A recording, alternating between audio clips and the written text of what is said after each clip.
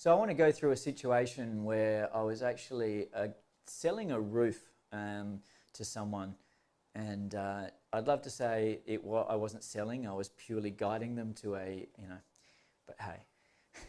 So the reality of the situation was I was dealing with asbestos, okay? And asbestos is a very, very touchy subject.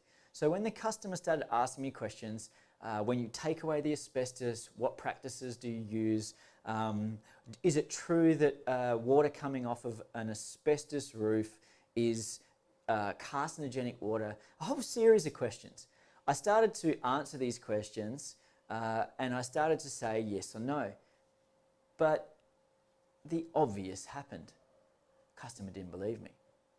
What was the point of her asking me all these questions for me only to answer these questions for her to then question my answer?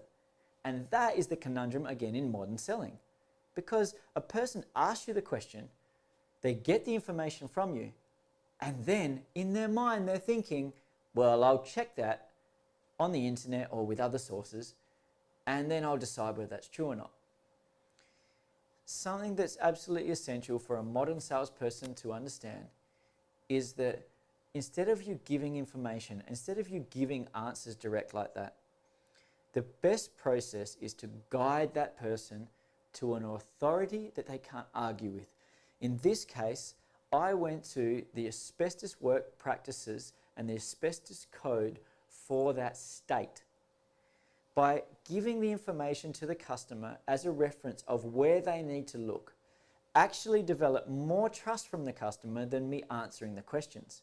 What I actually said was, look, I believe we've got to a point where probably the best thing for you to do is see the most authoritative reference on this subject. Let's have a look at it together. Let's see what we think about their answers and let's decide on the best practices from there.